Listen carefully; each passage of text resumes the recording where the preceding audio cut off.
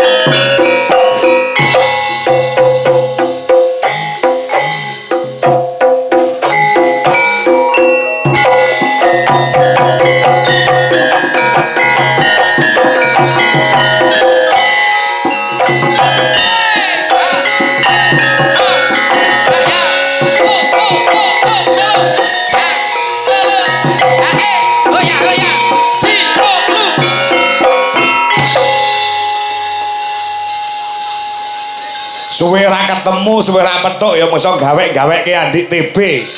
Rumangsane kaya tukono dolanan. Padha nyambut gawene. Iki. Apa lali po bejene kanca ya ana yaene kok senane gawe gegeran nyun pamunten macange buliku Mas Kangko. Nggih, Mas Gandul. Kowe ngendang iki lagi pisan lho ya. Kowe cadangane Denko lho ning kene kowe iku. Lah iya. Kok oleh nyepelekne karo dagelan kowe. Mbok aja ngono lho Mas. Barep piye TB iki pasanganku. Ya dulurku. Ngenyek TB padha karo ngenyek aku. Sampeyan ndereke Pak Kangko lho. Kok malah arep mirang-mirangke grup sampeyan. Ngerti ora kowe? Enek paribasan klemben-klemben roti-roti lho Mas. Biyen-biyen saiki. Lho rungokno kuwi. Lho aja ngeceh kowe. Tinggine munggah amben. Gematine ra kaya biyen. Tenonge dilumahne. Ngomongnya digenahne. Jagung bakarane. Tanggung perkarane. Lho ngece malah gremeng karo kancane. Sriuning Mustika Tuban. Nek ra penting ora usah weanan. Sarip tambah oso. Dadi wong urip aja gawe gelo. Warok Braja Musti. Alah sogok ala keri. Kok senengane kok ngono kuwi lho. Warok Braja Musti kaya Pringgondani. Lah ngerti ku ya kuwi kok iso. Nyun pamunten lho nggih. Macange. Nggih, pripun Mas Gandul? Lho kahanan meriah kaya ngene. Luar biasa Mas. Ngendi sing luar biasa? Dalu niki prajekan luar biasa istimewa. Heeh. Kula niku pun ping kalih teng mriki. Wah, kowe kuwi Pertama di Balai Desa tahun 2018 dalange Ki Sigit Arianto ingkang dados lurah tasih Mbah Mantan dereng Pak Timbul. Oh iya. Tese Pak Slamet. Pak Slamet maneh kula apal teng daerah mriki. Heeh. Prajekan niku desa yang ikut kecamatan Sukorejo. Terdiri dari 6 dusun. 13 RW. RT-ne 45, jumlah penduduknya 6.143, rondone 784. Sik to. Termasuk Bu kami tua misteri iku rondo. Apal kula teng mriki? Kaya untuk pegawai sensus penduduk lho to. Nggih. Ngono ki ya ngono, tapi nek jenenge rondo ki mbok aja disia-sia to, Be. Banyak TKW ning kene. Nyuwun pangapunten malah nyangkut kalih beliaunya Bu Mistri pepundene awak dhewe. Rondo kuwi nek mok sia-sia ning ati ki lara. Aja pisan-pisan mok gawe gelo, apa maneh mok gawe kuciwa nek ra trimo mbok dititipne balai desa. Ben dipangan kami tua. Lho. Kami tua sapa? Kami tua wasi. Alah. Oh ya, Ketua panitia lho kuwi. Senior. Senior. Wah, kok apal kabeh lho rumangsaku. saking kuliner ini Mas, walaupun 2 kali tapi hebat Pak. Hebatnya Tahun apa? 2018 belum ada niki alun-alun Sumringah. Belum ada. Belum ada, tapi semenjak dipimpin Bapak Timbul SKP. lurah periode kedua, Prajekan satu-satunya desa yang mempunyai alun-alun sekabupaten Ponorogo. Ya. Tepuk tangan. Prajekan kena kanggo percontohan saestu napa maneh nyuwun pangapunten. Niki acara sedekah bumi. Omonganmu ya kudu hati-hati. Iki budaya lho. Kowe ning panggonge kalian Pak Kangko lho, Dwijo Kangko. Nyapa? Ki dalang kondang, gak dalang sing wis milenial, sing hebat, wis terkenal. Kowe kudu omong sak omong ki sing apik. Apa meneh arep ngadepi 2 Mei Hari Pendidikan. Seni budaya ki kudu dicane lagi ngoten to? Oh betul. Nyuwun pangapunten. Tamongi. Apa? Nyuwun sewu, kowe kok bandingna aku karo Mas Kangko iki karepmu piye? Lho, iki seni budaya disawang ki ketok manis ajining diri saka lati ajining raga kok busana. Disawang ketok pantes Pak Kangko coba sawangan nganggo busana ireng, ketok gagah. Lah sampean lho, wis ora wedaan, kulitane ireng, nggo klambi coklat malah kaya tape Bodowasa. Ngene lho tak omongi. Justru iki nguri-nguri kabudayaan gitu Pak. Iya lho. Gelar pagelaran wayang kulit ning Desa Prajekan dalam rangka bersih desa. Sakmene mbiyane wong sing ora budaya sapa? Lho sampean iki kok penganggone mbok sing pantes kaya aku gedhe dhuwur lho. Matamu katarak kowe potonganmu sak botol Yakult kok gede dhuwur. Pokoke kok takon nge-zoom sing nyuting. Nyuwun sewu, wong sakmene dalam rangka melestarikan budaya. Sing ora budaya iku mung siji. Kok iso dalange yo Mas Kangko. Sik. Kok iso kowe malah iki urusane dawa lho. Harga diri lho Pak, harga diri. Pripun? Kok iso aku ora budaya? Jenengan kok nesu ngapa? Ya nesu no. Mergo kabeh iki pimpinane ning dalang kok.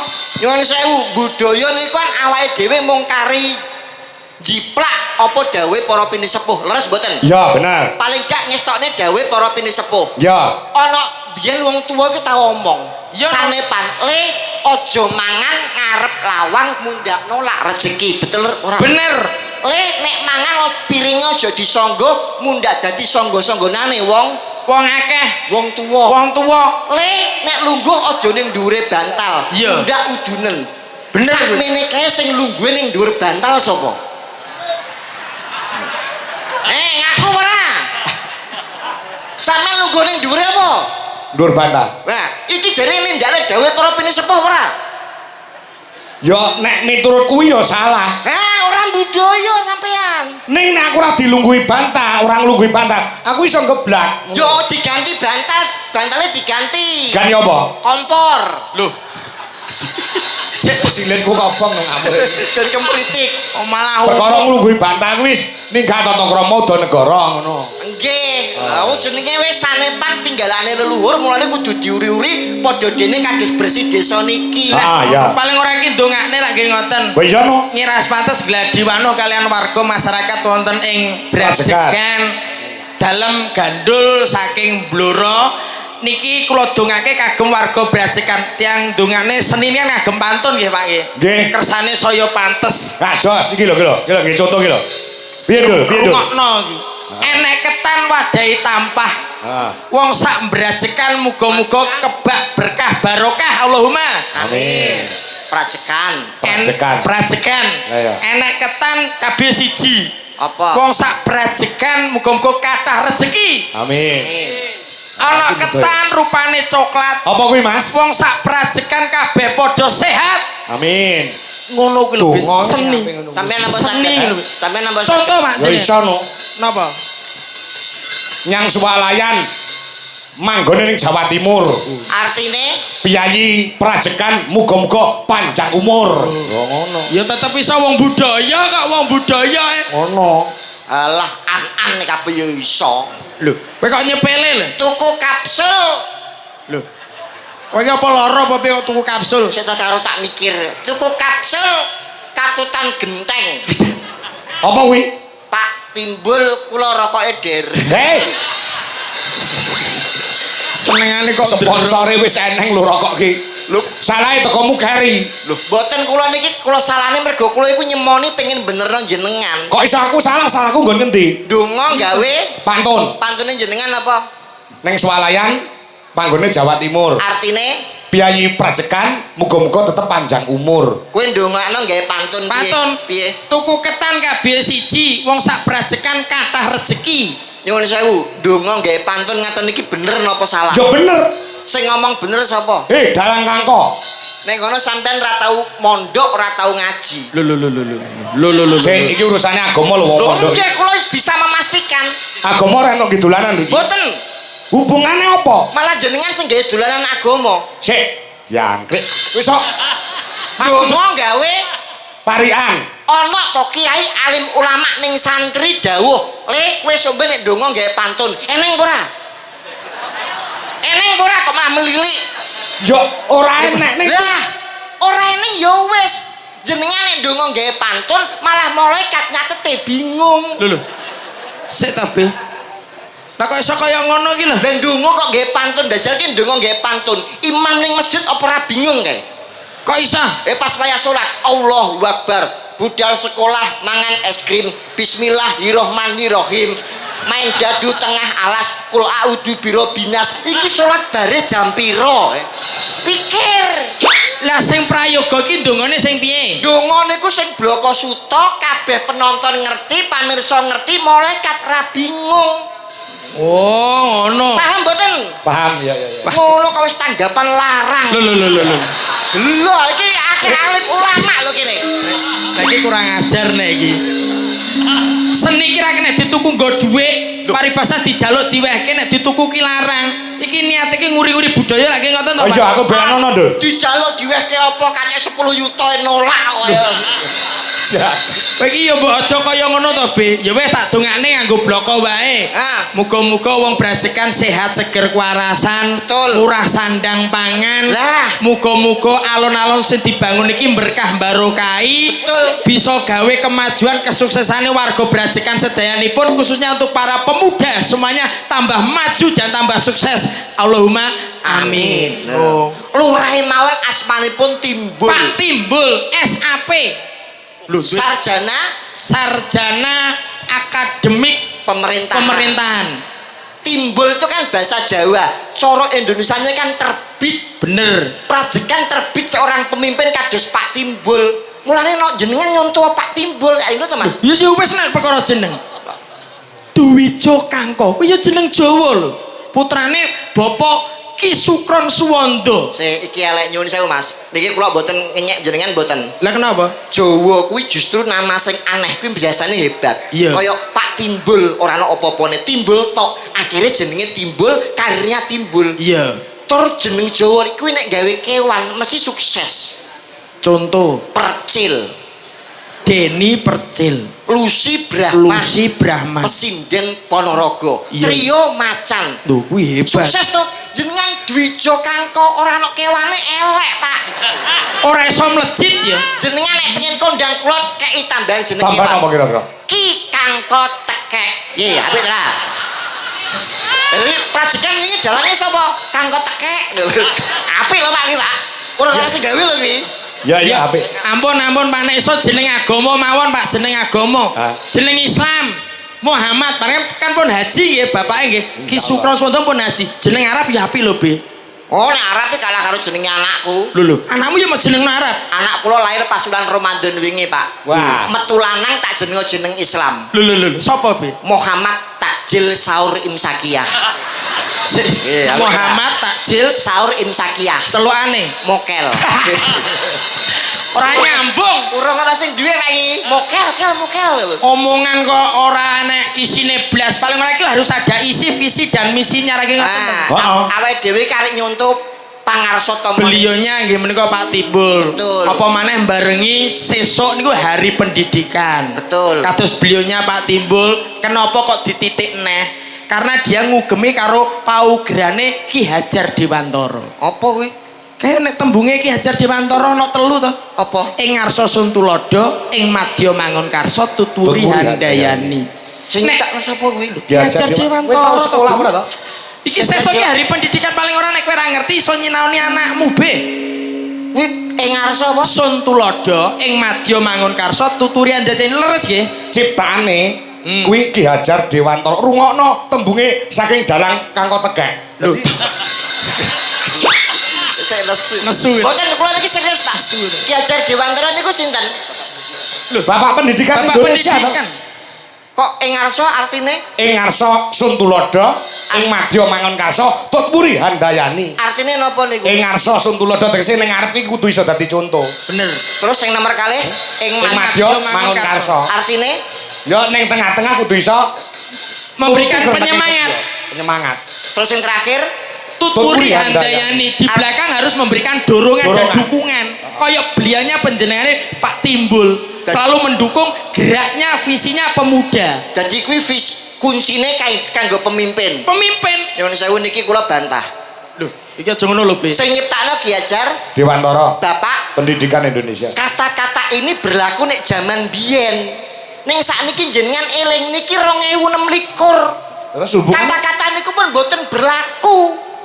Ing ngarsa Suntulodo ing madya mangun karsa tuturi Tuturi handayani. 2026 pun boten kanggo. nek kowe muni ora kanggo sing piye? Sing kanggo sakniki ing ngarsa numpuk bondo ing madya mangan kanca tuturi golek rai.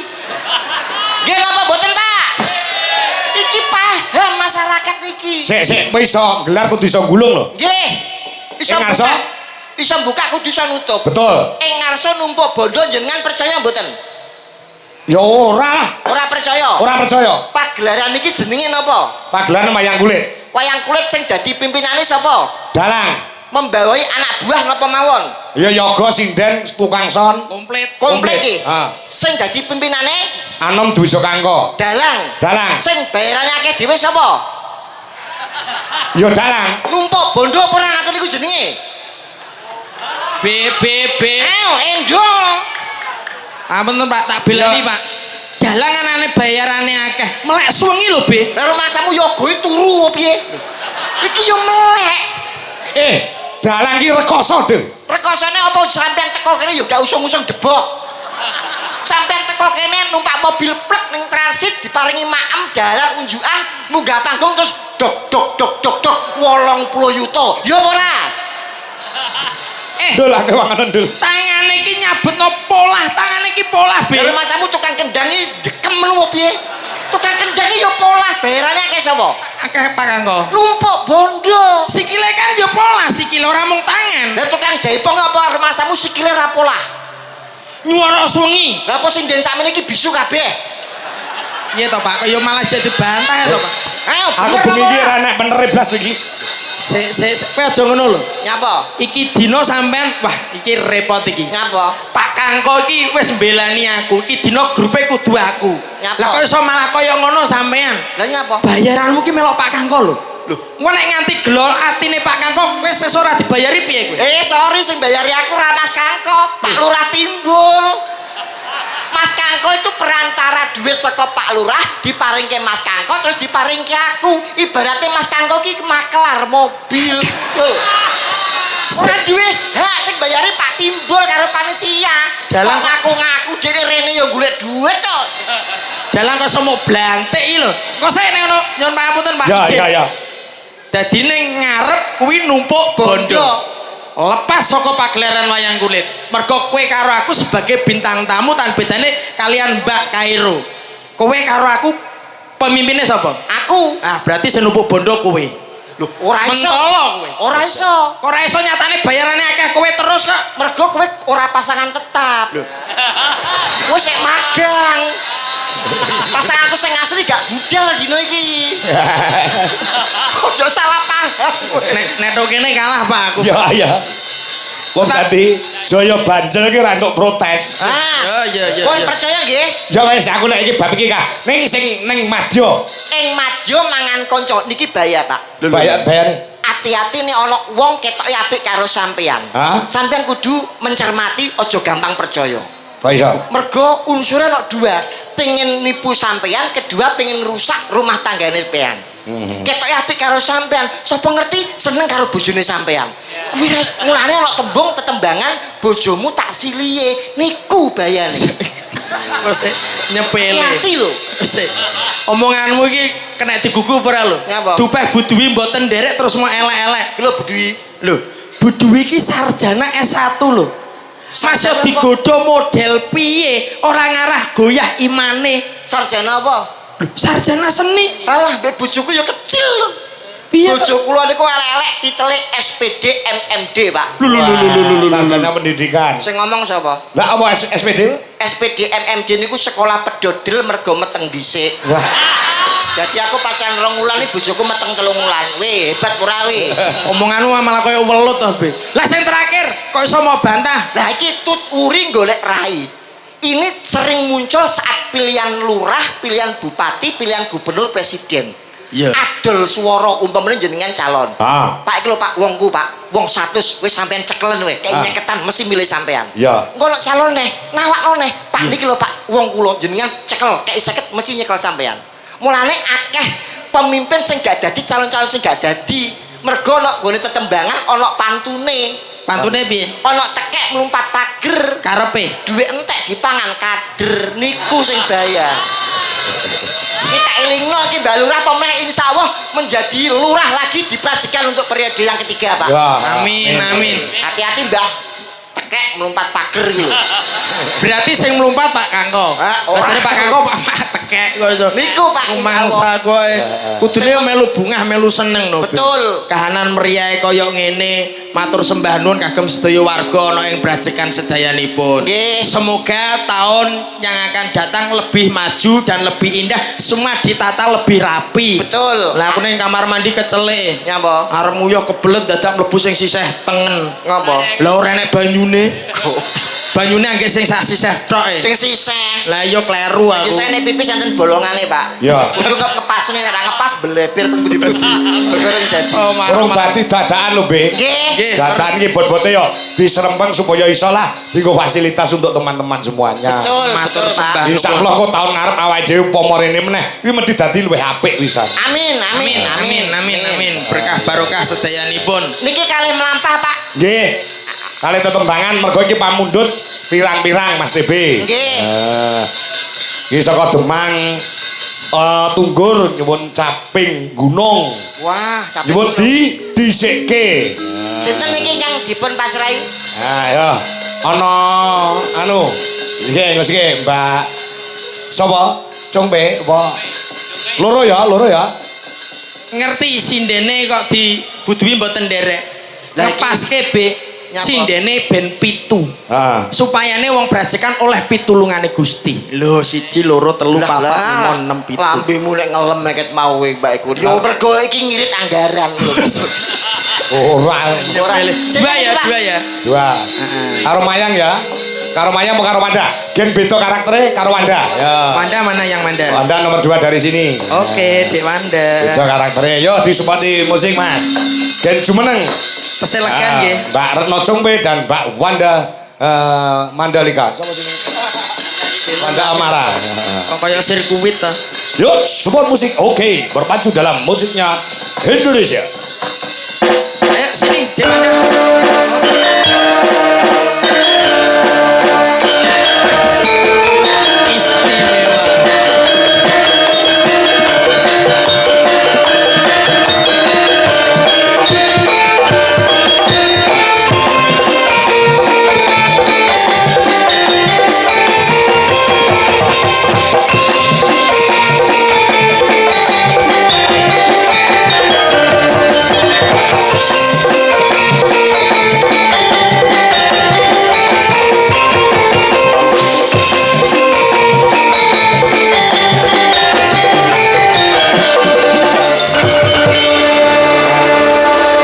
Grup musik Narendra Musik Entertainment ini jan luar biasa.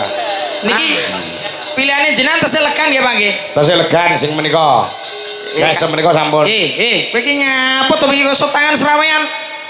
Kae lo jatahmu, Be. Sebelah kono ana kok iso nggone kancane diciyaki ro Mas.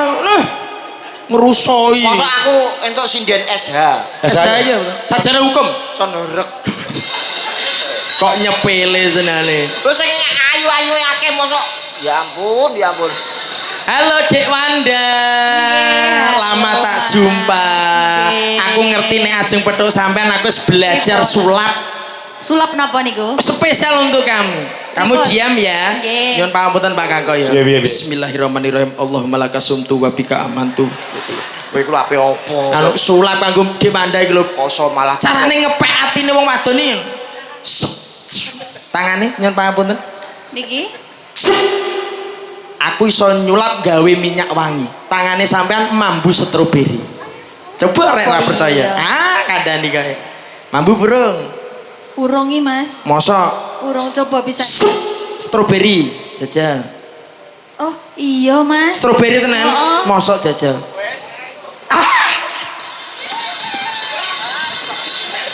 aku ya iso sulap. Sulapan. Aku iso sulap. Makasih Dek Wanda. Ngilangno sirahmu. Lho. Tapi wong ayu karo mau ilangno dasar Mutilasi. malah medeni Aduh, kita nggak usah sulap sayang ya. Iya, sulap. ngerayu carane piye ayo. Ya Allah, sulap. Aku nganggo sulap. Korek nih. Kowe aja tintin ngono. Kowe tenanan ora Be? Pak, korek, Pak. Sendinane kobong sak kelire lho Be. Nek ceklen sulap ngene iki lho. Deleng nduk iki. Iya. Apa minyak wangi? Sulap ini iki ini lho. berbahaya. Sulap ora genah blas e. Deleng iki. Arep Dadi apa iki?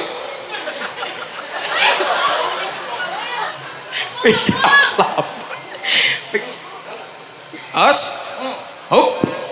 Ireng kok. Iya. Nah terus sulape gondi. Ayo kita tireng. Dirang. Wong ngerayu aja jage sulap. Lah nek kowe ngerayu piye jajal? Ngerayu piye kowe? Ayo iki napa Pak bawane Pak? Capek gunung. Capek gunung. Oh iya. Sapa sih? Kowe pasangane karo kuwi rasa ganggu iki. Siap. Aja ganggu rumah tanggaku. Iya. Joko ya pethuke prawan. Aku ya padha karo iki. Lah permasamu aku ora perawan. Lho. Masa nggih? Cirine perawan iki piye to, Nduk? Cirine perawan ki nek dituthuk ki cuthukan saja. Oh, Kok sik to, sing nyuara iki ya coba kene tak duduk. Iki ya muni ting iki. Ayo, nek ora percaya, ki suarane piye? Sing ditonggone to. Walah do turu kabeh to.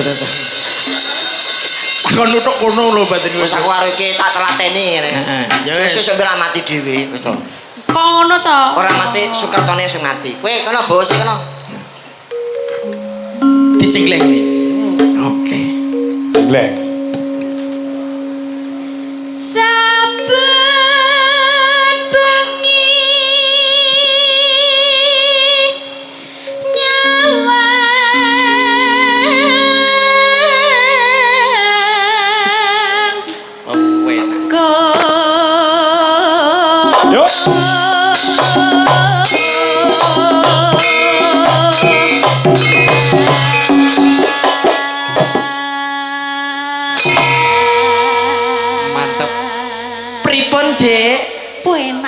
makasih. Persiapan awas sehat. Wanda. Dalam. Kowe rabi karo iki. Heeh. Sampeyan anakmu sak botol aqua lho cilik-cilik. Kok iso? Bibite elek. Ora kaya aku ini ya. Iya. Bocah Bibit kok. unggul. Kamu adalah satu-satunya wanita yang paling aku benci. Kok benci? Cinta Sayang. be. Padahal Kok kamu depannya? coba gegermu sing ndi to? Ya iki to matane iki lho. Ana kok muluk kabeh lho. Saya tahu rumah tangga, anggian wis di mata-mata nih kita ora rukun. Deprene. Bojomu kayak rasa Benak ngrusui. jare sik iki lho. Suruh masaku. Aku ning kene. Bahaya Aku kita. sayang Oh, aku. sing glenge sing buanter ya, Mas. Iya terus tok Ojo buat. ojo nganti kalah karo candi kuwi. Alah iki ora ono tenagane iki. Madhep aku, Nduk. Ayo. Iya. Yen memacan hamong karo janur kuning Alah, bar iki mesti ngendok. Loh,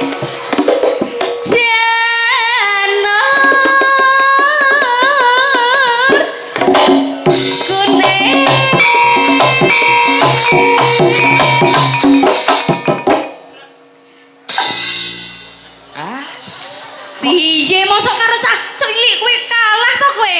Mosok kena dipan lho. Kok ora kaya kancane ta, Mas? iki lontong diketok-ketok mau ngomong tok. Buktine lho rene. Kene iso penak kok. Coba nek. Ayo dah. Kembang. Ayo dah. Kembang wae weton.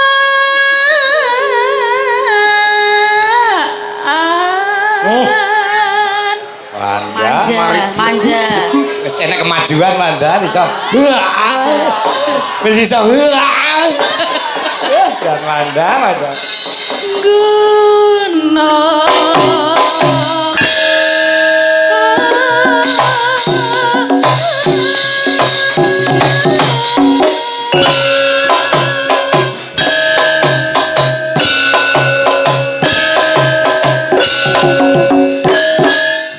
Piye? Mas, aku sing kaya iki Mas ya. Sing dadang gendut glek nih ya. Ya. Wis aku sampe engko iso nglegani atiku, tak paringi. Iya. Paring apa? Alah wis tengko kapan nek rasa nglegani atiku aja takon dosa sabetake stip bantal perlang bel. Ya pokok malah Malah nyakil. beracakil ya. Iya iso malah nyakil iki bagiane Pak Dalang kok iso. Mas, tak dang Mas.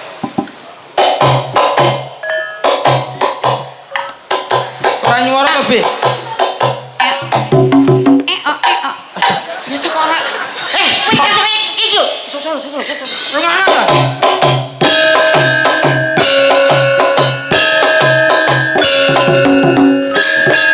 Rungono, Be?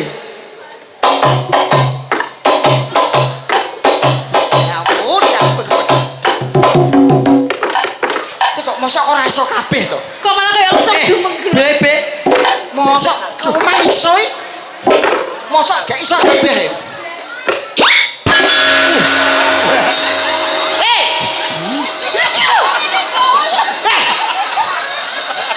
Ya, Sek baleni. Kene. Ora iso. Mbak Kairo jajal Mbak Kairo. kira. Kak muni sing sisa. Ingat ono. Iki lho.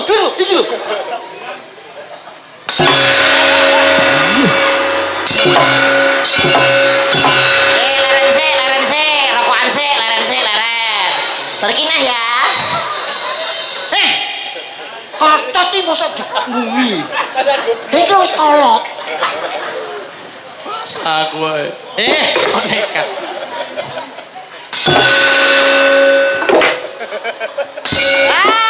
Ketipu. Matane PC. Tak enggol wek serut. Bosok kowe. Iso diwirang-wirang. Enggol serut. Kok iso mero ngono ya? Salahe ora tau melu kowe. Telat kowe banyulan iki.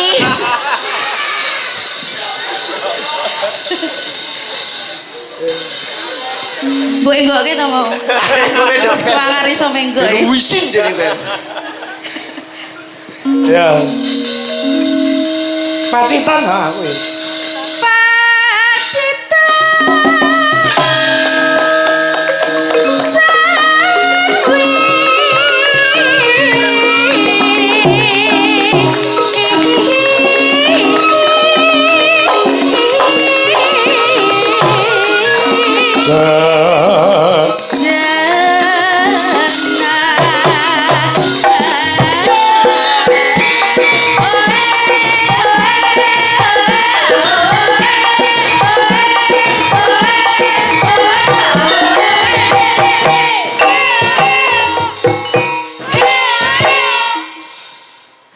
Deng deng deng ah iya deng deng deng.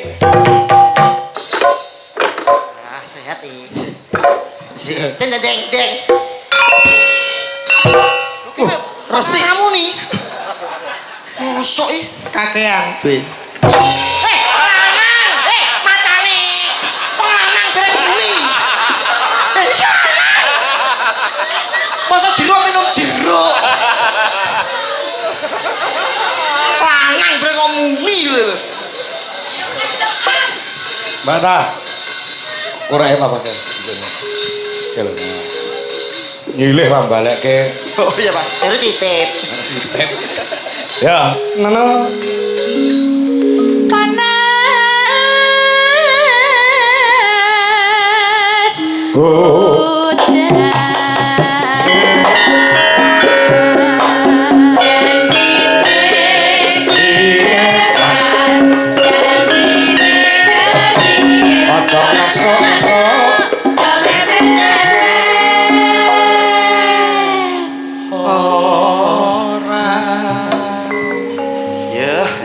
Kalem-kalem aja be ya. Lemes. Bengi iki seneng aku. Ngopo? Yes, ana sing dapuk kaya Budi Sukron. Sapa? Wi. Kaya Bu Bayu Aji. Ah Bu Bayi Haji karo Bu Sigit.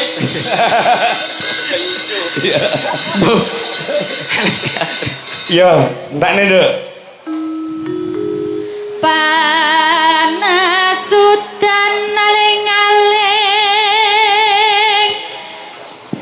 caping gunung.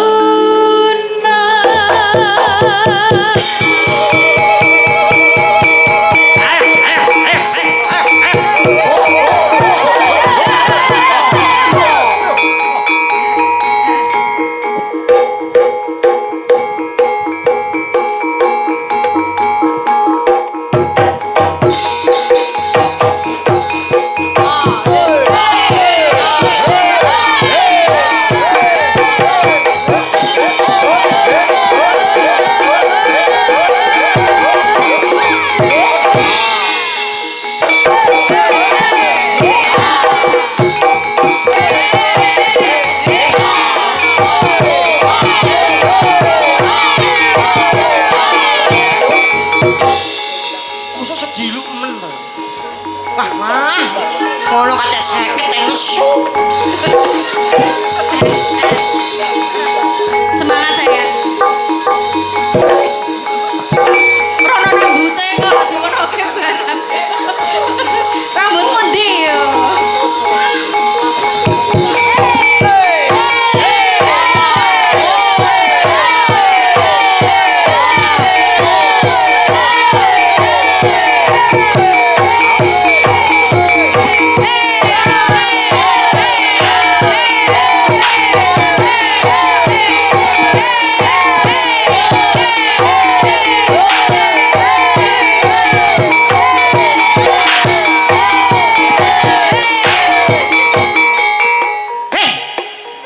Kok iso mlaku terus lho.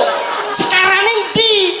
Wes dangdung dangdung dangdung dangdung dang tak tak tak nong tak nolong tak nolong tak nolong.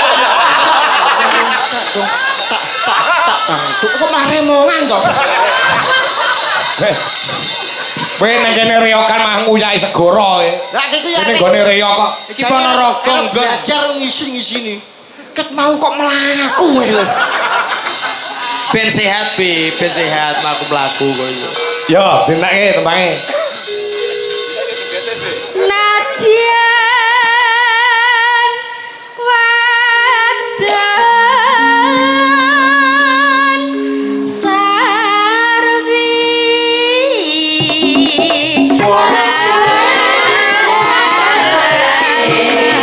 dangdut. Ya. Musiknya kok.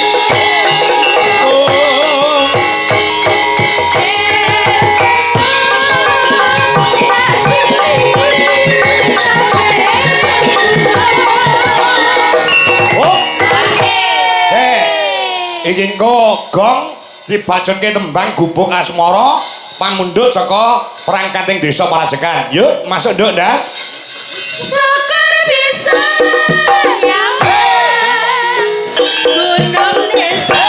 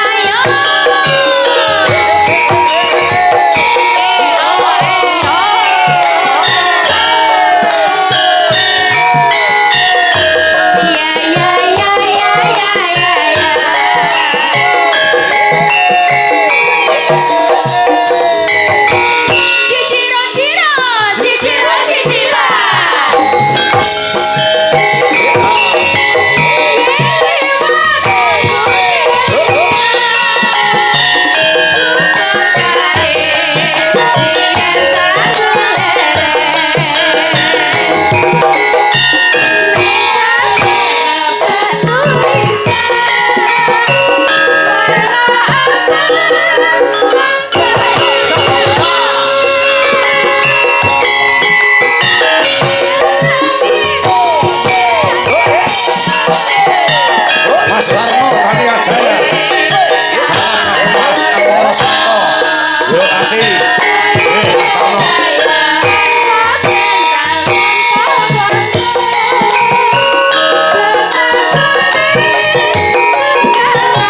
Mas Joko bilang kenceng Madiun. Sudah ngambil sani.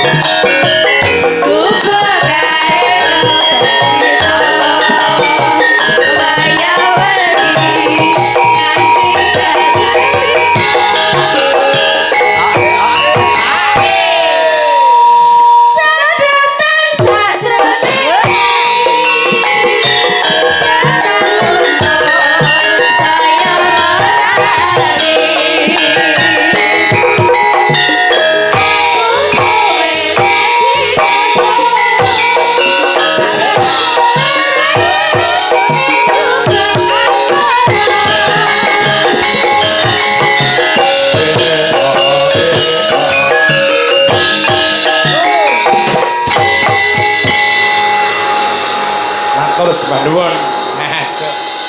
Wah, gumyak sigrek saestu wah luar Nggih. biasa. Niki nggih ditujokake kagem fan berat wayang kulit jenengan sedaya saking Nggih. Pak Trimo Trimo. Pratama Mas. Nah. Nguntur Nadi Magetan. Oh, ngoten. Nggih. Mas Kangko, Dalam pagelaran wayang kulit bersih Desa Prajekan Nggih. niki dereng sah menawi pangarsatama penyanipun Bapak Timbul dereng kepareng minggah wonten sasana parisuka. Oh, ngoten. Nggih. Monggo. Diderekne perangkat Pak Wo, monggo derekne Pak Timbul. Kok wis rampat kok nggo liyane. Mboten perangkat Mas perangkat. Oh, perangkat aku wis rampat. Iya. Ah, ya. Monggo, monggo Bapak Lurah Pak Timbul, monggo kadheraken sedaya perangkat Pak Wo, monggo dherekaken jenggaripun. Ya Pak Timbul. Monggo mriki kula recangi. Para tamu pun ngertosi. Pak Lurah Timbul aturan tindak mriki. Pak Timbul gedang mriki. Monggo mriki Pak kula rencangi. Monggo sami nyanyi kagem pangipure ati Pak Lurah Timbul.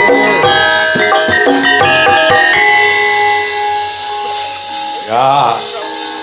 Iki mergo sing mirsani ora mung ana ing alun-alun Surmingah, ning sing mirsani ana ing YouTube pirang-pirang ewu. Pengen ngerti inti to lurahe Prajekan. Ah, niki piantunipun wah. Nggih. Ah, Jenam ya Bi ya. menawi ngendika niku runtut tur basane niku sae Mas. Heeh. Kalau mau ningali pas sambutan wah jan cocok dadi MC manten iki Pak Lurah iki. Nggih, matur nuwun. Nggih. Mas Nggih Pak Timbul. Andi Nggih. kalian Mas Gandul Nggih, alhamdulillah. sugeng rawuh di bumi Sumringah Amin. Prajekan. Nggih, Luar Pak. biasa, Pak. Niki kersane pripun? Alah napa to Pak, engko jagongan mriki kang ngopi kali kula teng mriki. Sik to. Nggih napa paling gak wau kan jere nembang Pak, wau jere nembang. Ah, ya. Baru memberikan sambutan. Baru memberikan sambutan. Nggih, yang pertama yang perlu saya garis bawah ini dumateng kadang kula sepuh Ki Dalang Kangko. Nggih, Tekek. tekek tambah Tekek. Ketaton tenan lho Bi. Kalau aturaken matur nuwun atas ciptaannya lagu Wah, luar biasa. Sinom untuk Prajekan Sumringah. Sami-sami. Luar biasa. Pak. Alhamdulillah 1 juta saya turuti. Wah. Ngopo? Anu kula nggih gadah anu Pak. Lagu kanggo Prajekan Sumringah. Pucung Pak, pucung. Sumringah apa Prajekan? Prajekan. Oh iya, coba piye? Prajekan iku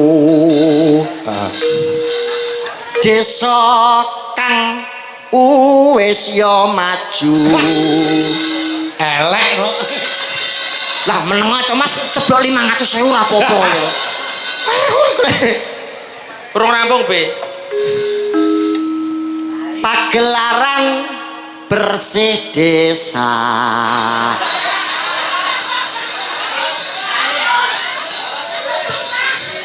Pagelaran wayang kulit. Insya Allah Prajekan saya ngrembaka. Pak, 75 ora apa-apa, Pak? Wis 100 lah iki ya. Nggih. Mergo pales dikenepi selawe, Be, gak apa-apa. Ah, Pak Timbul. Monggo Pak ngicipi. Alhamdulillah Mas Andi. Nggih, Pak. Kalau sonten kula dereng ngaturaken matur sembah nuwun Nggih. kepada segenap warga saya Desa Prajekan Nggih. yang mana semua ini bisa terlaksana boten sanes saking iguh partikel ugi kerjasama pemerintah Desa Prajekan juga segenap warga kula Desa Prajekan. Amin, Luar biasa, luar Mas biasa. Andi. Tepuk tangan untuk warga Desa Prajekan. RT kula niku semula mau sak tarik iuran 300.000 per RT. Ning malah ngantang 500. Wah, hebat. Ini wujud bahwa warga Desa Prajekan itu luar biasa kekompakannya, makanya ada unen-unen Prajekan Sumringah. Sumringah itu jumbuh napa sing diaturi Pak Dalang di depan kalau wau bahwa syukur mring resaning Allah. Leres, Pak. Wah. Ya. La in sakartum la azidanakum wala in kafartum in adzabila sadid Pak niku Pak. Karepe apa, Be? Siapa yang berbagi Nggih Pak. akan ditambah nikmatnya oleh Allah. Betul Pak. Sedekahul adzim Pak. Dan siapa yang mingresulo ae kira-kira mandah tambah rekoso. Leres betul. Pak, leres betul. Lantuk adabing sawa Gusti. Bener, Pak. Ini lho Pak, teko tok mboten mbuh debok Pak niki Pak. Karek dok dok dok dok 80 yo Pak yo. Potong Pak. Potong piye malah tambahi 1000. Malah tambah 1000 kok itu. Rumangsa kowe. Nggih. Nggih. Kula mangke badhe nyuwun gending sepisan lesung jumenglung. Wah, cocok iki, cocok niki. Terus ingkang kalih ilir-ilir. Wah, jeneng Senang Kalijaga iki. Wis. Nggih, kula nyuwun kalih niku mawon ya to. Lah terus utang kula niki mengke terus pundi Pak Dalang? Lah monggo punten Derek. Lewat kula nggih saged Pak, luwih cetha mangke. Mboten kula aturi piyambak. Alah, wis rantuk bati aku. Nggih, yo saya wadang ya. Nggih. Janji adalah utang. Nggih, Siap. Pak, betul Pak. Untuk itu timbang utang luwung tak wayahi timbangane. Ah, nggih niku wis. Lho namung guyon lho, Pak. Karya itu harus dihargai Mas, karya itu. Oh, nggih. Sebuah karya itu mahal harganya. Nggih. Mbah nuwun. Wis kata rezekine Pak, sehat-sehat. Siap, Pak, matur nuwun. Barokah, barokah. Nggih, Pak. Kula pucung 100 lho, Pak. Udah lalu. Maju no. Nggih, Pak. Wah, jane tak gawe apik mau jane. Pun kula nrimo mawon lah jenengan apa, Pak. Meneng yo oleh kok itu. Wah. Pak Timbul ku sak sok pokoke wis beres iki. Nggih, nggih. Alhamdulillah. Nuwun, Pak. Timbul. Matur sembah nuwun Pak Timbul. Ngatur nuwun Pak Dalang. Nggih.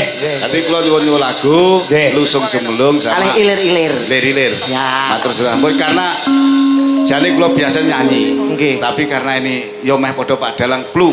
Lu. Pun 4 hari ini Mboten istirahat, mboten sare lagi. sehari nih sehari istirahat. Nggih. Tapi nek kapan kon nyanyi kula malih Gerok. flu. Nggih, mboten usah nyanyi Pak, nyawer mawon pun sehat Pak niki Pak. Siap. Matur sembah nuwun. Nggih. Nggih, nggih Pak, matur sembah nuwun. Ya. Langsung jumenglung sruin dalira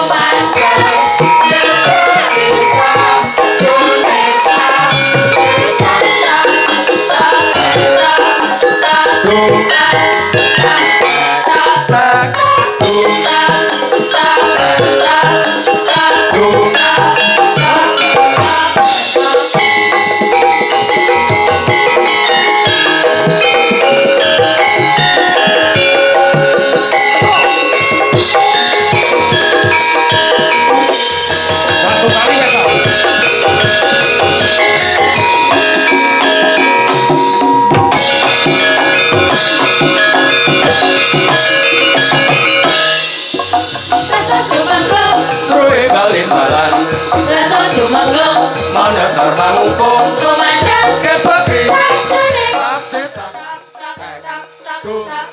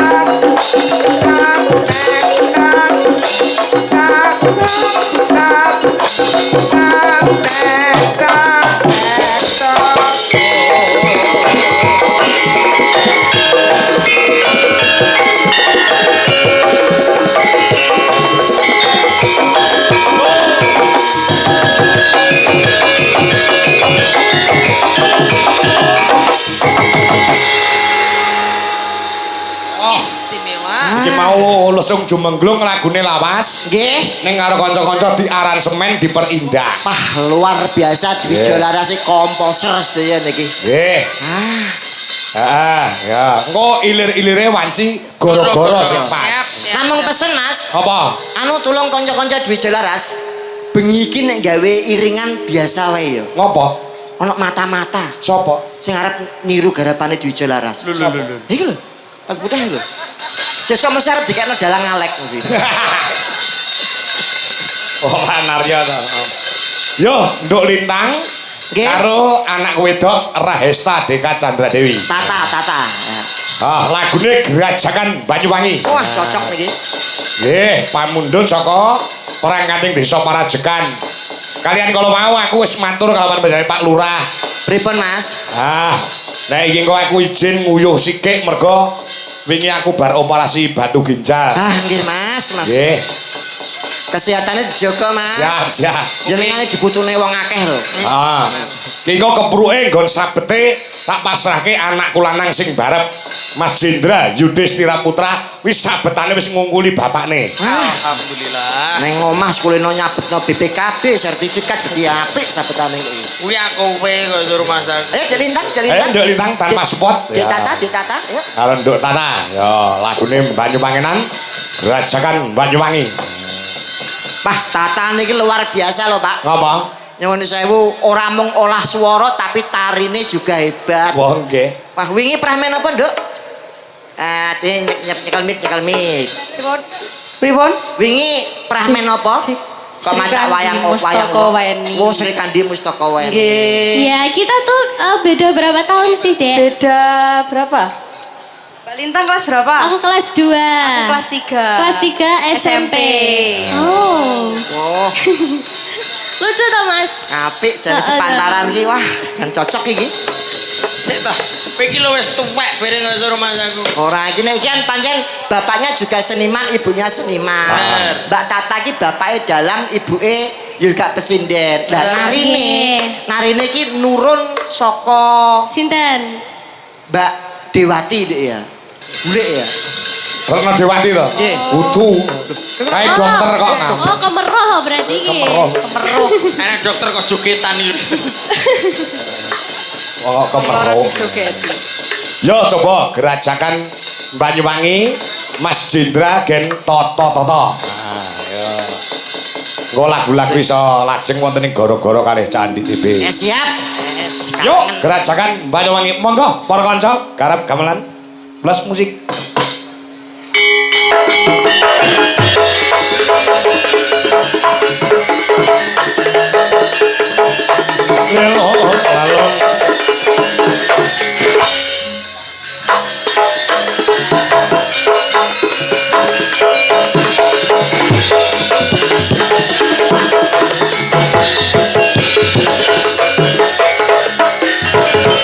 Gerajakan Banyuwangi Raino bengi sing ayu sepi anang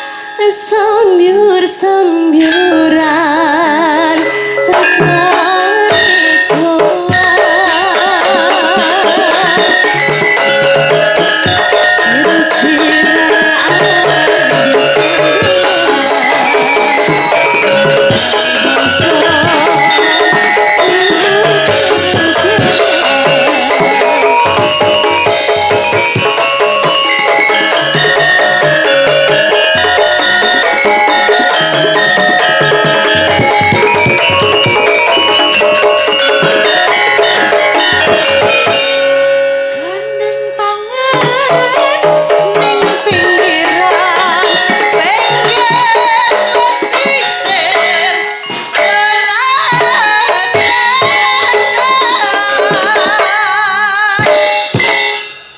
bisik ke bisik semayanan maghrib janji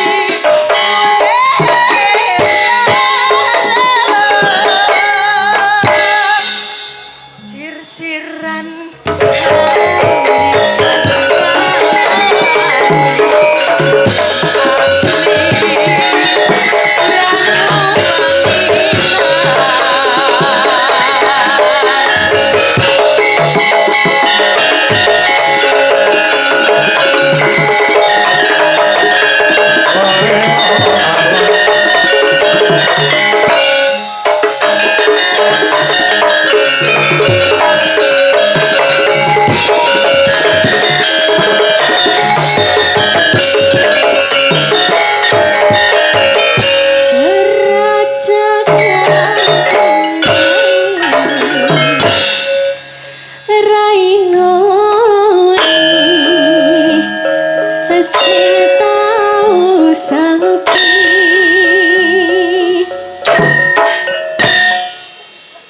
lanang wadon